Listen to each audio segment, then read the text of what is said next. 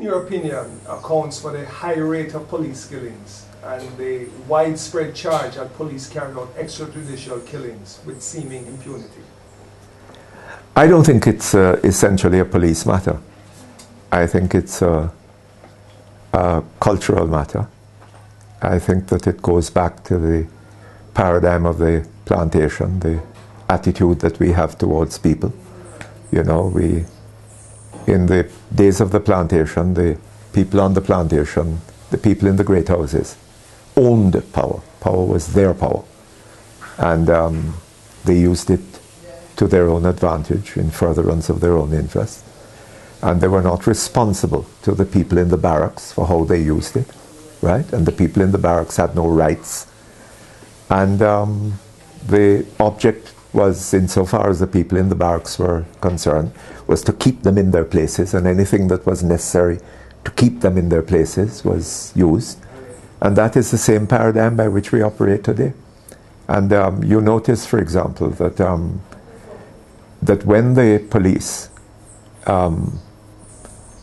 in Port Antonio mishandled the luggage of some tourists on the wharf up there, that the Prime Minister got very excited about it and demanded an immediate investigation, and the result of the investigation to be on his desk in so many days. When the police did in Ghana Barrett or Michael Gale or the army, it was with Michael Gale, army and police, or any of the other people who have been slaughtered by them, the 7 at Brayton, and so on.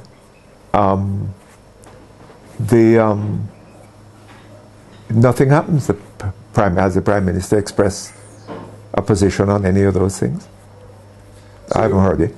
So you're saying then that this is a policy of state? I am saying that yes, it springs from a cultural attitude, a sense of power and the purpose for which power is to be used, and the evaluation that we have of the kind of people whom the police take these actions against. If the police did that in Norbrook, it would be a quite different thing. If the Prime Minister, if the government of Jamaica did not want things like these to happen, it would know what to do to prevent them happening. Or, if not to prevent them, certainly to hold accountable the persons who did these things. Well, we suppose they have a democracy. I mean, how is it possible that election in, election out, the government still maintains this policy, but yet they are, they feel no compunction to address it? But that's what I'm saying, that there's what the problem is not a police problem, it is a cultural problem. The people in Arnett Gardens weren't complaining about the fact that people were being slaughtered in Tivoli Gardens. And if the police were to go and slaughter people in Arnett Gardens, Tivoli Gardens wouldn't have anything to say about it, right? And it happens in Olympic Gardens, and those two don't complain. And it happens in Mountain View and wherever, right? It's a culture, it's a view that we have of ourselves as a people. What does it say about the state of democracy in Jamaica? I don't know what do we mean by democracy in Jamaica?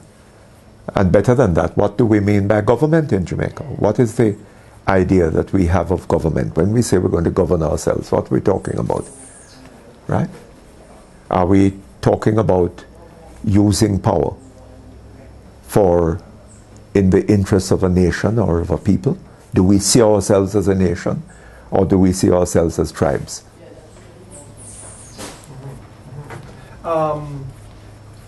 Some people describe you, based upon the way you conduct your program, as being anti-police. Anti-police. How do you respond to that? Well, I think that is nonsense. I don't know what anti-police means. If the police do what I think that they ought to be doing, then I will commend them for it. If they do what I think is wrong, then I have no choice but to condemn them for it. You know, we have had so many savage police attacks in the past several years. We've had Brayton, we've had Tivoli twice, and now we have had Crawl. And I know you've made the point before, but yet the government remained silent all the time. But that proves my point.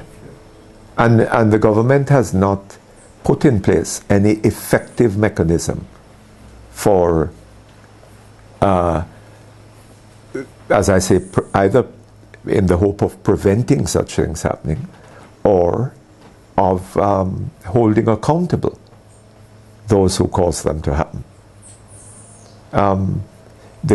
Every now and then they invent some new investigative unit. They seem to have no effect, and yet, and they're all connected with the police force itself. Police investigating police, but when there was an issue of telephone tapping, in which the Prime Minister wanted properly investigated, he stood up in Parliament and said that a corrupt police force cannot investigate corruption, and therefore he had the DPP put in charge of the investigation and sent abroad for people to come and help with it. Right? Because the corrupt police force is left to investigate police killings of people. What is the role of the media in all of this? I mean, they seem to be content with issuing police releases about shootouts without doing any serious investigation. Yes, because media in Jamaica exhibits the same cultural problems that I've been talking about. The same sense that, you know, if the police go down to Britain and shoot some black people, and say that they were gunmen and were shooting at them, well, fine. What's wrong with that? Right? And the media, police, everybody, we are part of the same cultural, we have the same cultural orientation. Do you think we have turned a corner in terms of the Crawl situation, where the police commissioner got Scotland Yard, the FBI, and all these international bodies to come down here and investigate? Look here, let me tell you something, you see. Some years ago, I don't know if you remember it, there was what was called the Green Bay affair. Green Bay killing a murder. Oh Lord, because the Babylon want put it further. Oh Lord. This was carried out by the Army Intelligence Unit. Officers from the, or personnel from the military intelligence unit went down into Southside, which was an area of central Kingston, then the constituency of the Prime Minister of Jamaica, Michael Manley. This happened in 1978. The Southside, though, was a JLP enclave within the Prime Minister's constituency. They spent about 2 months ingratiating themselves with young men down there, and eventually invited a number of them to go with them to Green Bay, I suppose, promising them jobs at $3,000 a week. And you can imagine that $3,000 in 1978 was worth a hell of a lot more, and especially so to unemployed young men, than it would be worth today. They put them in army ambulances and drove them out to Green Bay, which is an army shooting range. they had stationed there, waiting on them, a platoon of soldiers led by a Major Robinson, who himself manned a general purpose machine gun. They positioned these young men. One of the officers had got to like, one of the men who was there. And at the last minute, he couldn't see him slaughtered. So he called him away. They said they were going to leave them there and then go for something, I can't remember what. And so he called him to come with them. Another one said he was coming, right? They told him no. He insisted. A sergeant Schooler, described by witnesses as the pussy man, he had, strange colored eyes. He pulled a 9mm, turned around and plugged the man in his forehead, stone striking dead. Right? At which point the officer opened fire with a machine gun and slaughtered, I think it was about 5 of them. 2 of them got away. My understanding is because the soldiers, when they realized what happened, held their fire. And the shooting was done only by the officer with the machine gun. One jumped in the sea and swam out and was picked up by a fisherman. The other one ran through a Turk's head cactus patch. You know the Turk's head cactus, with some spines that long. And I saw him afterwards. His thighs here looked like pincushions. But he said when he heard what he called it, I can't remember, the machine gun opened up behind him, he just ran through without even feeling it. So terrified he was. He was picked up by a truckman and brought into Kingston. Right? The story that was given out was that they had interrupted them offloading arms from a ship. And this was supposed to have been happening at about 12 o'clock in the day. But Major Robinson had taken his camera with him, and the corpses were lined up on the beach, and he took photographs of them on a roll of film on which he had been photographing his children playing in his living room. The tape was purloined, the film was purloined by army officers who realized what had happened and passed on to a journalist, chap named David Acosta, who is no longer here. He's in the States.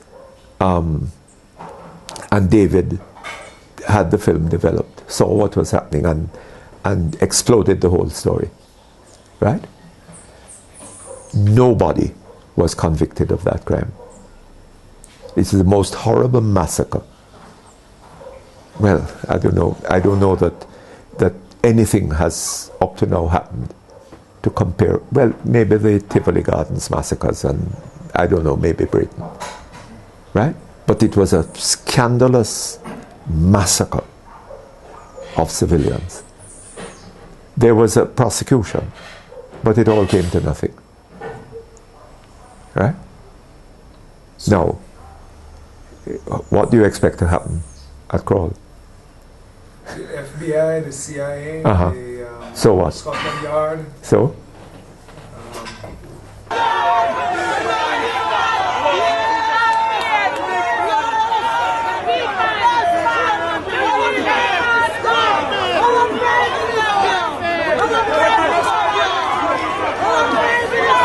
If you all remember, when I was arrested, I told you that trial would have been the mother of all trial.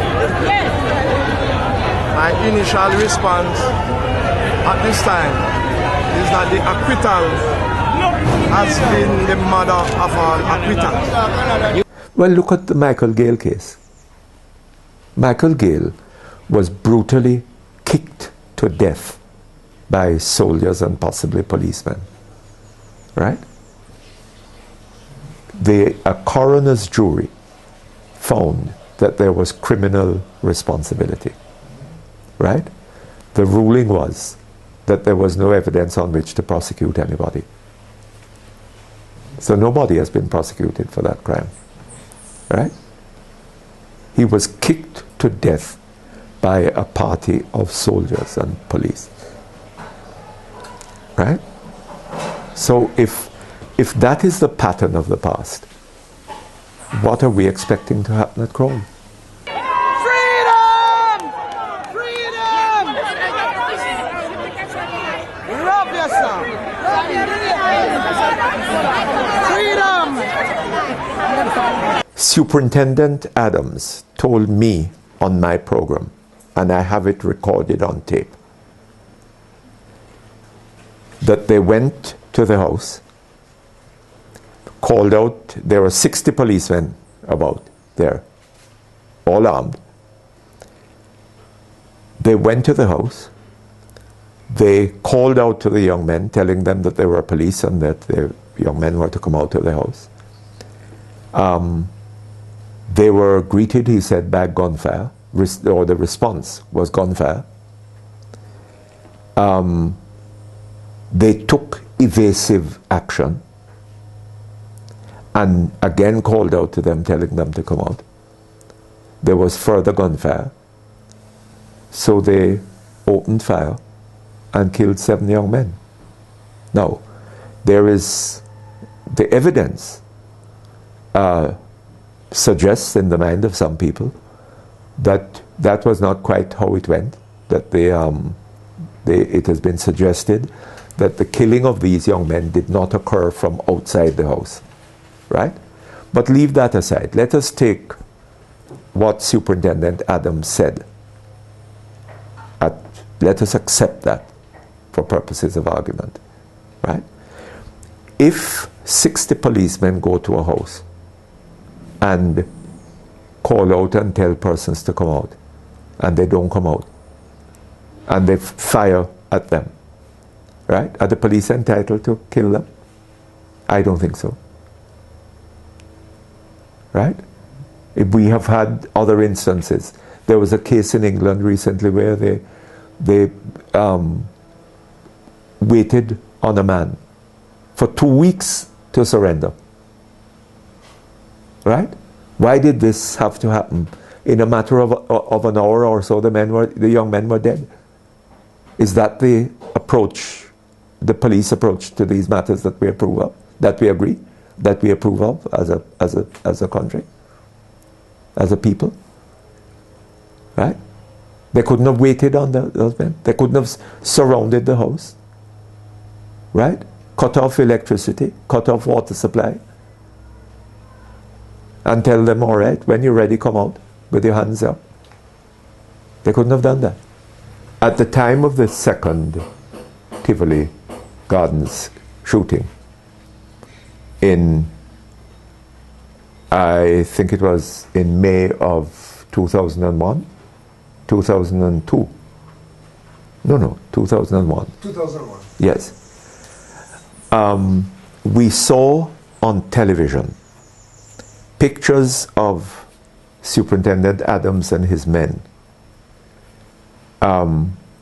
in the command center, or whatever they call it, down adjacent to Tivoli Gardens, firing through windows, using high-powered weapons, M16s and whatever, right? I think among them was a weapon called the Barrett M82, which fires an armor-piercing projectile, has a range of 1,800 meters or thereabouts, right? Firing, holding those weapons in one hand at arm's length above their heads, not aiming, resting them on the windowsill and holding them and pulling the trigger and discharging the magazine into an area where people live, right? Young men and old men.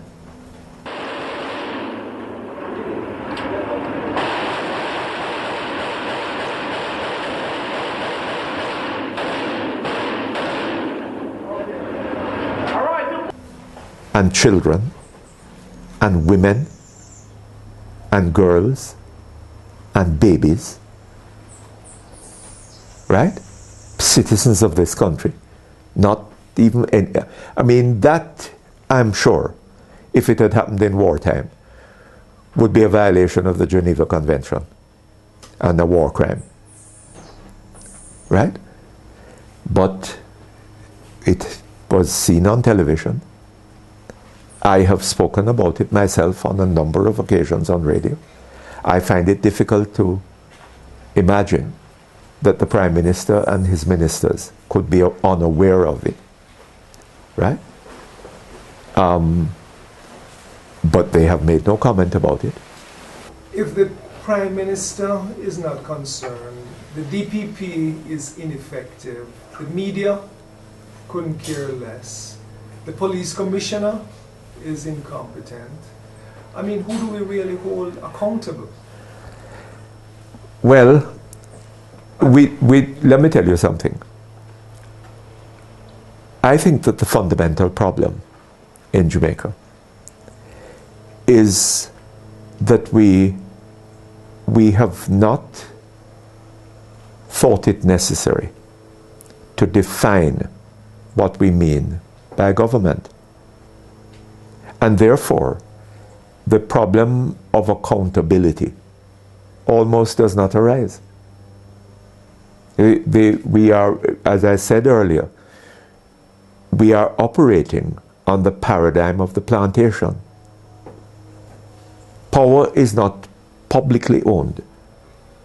The persons who exercise power are not who hold and exercise power are not holding and exercising it as a matter of trust from the people of Jamaica. They're enjoying, they're in the position of the great house people. They have power and they're enjoying power and they use it for whatever purpose they choose, right? The best definition of government that I know was that given by Thomas Jefferson in the Declaration of Independence of the United States. People have what he called unalienable rights. The right to life, to liberty, and to the pursuit of happiness, among others. And that it is to secure these rights that governments are instituted among men. That government exists for the purpose of securing the rights of its citizens. Now, I don't think that anybody could be so out of his mind to think that that is the purpose that government is expressing in this country. Things are the same, it's only new players in the game. While the people just feel the pain.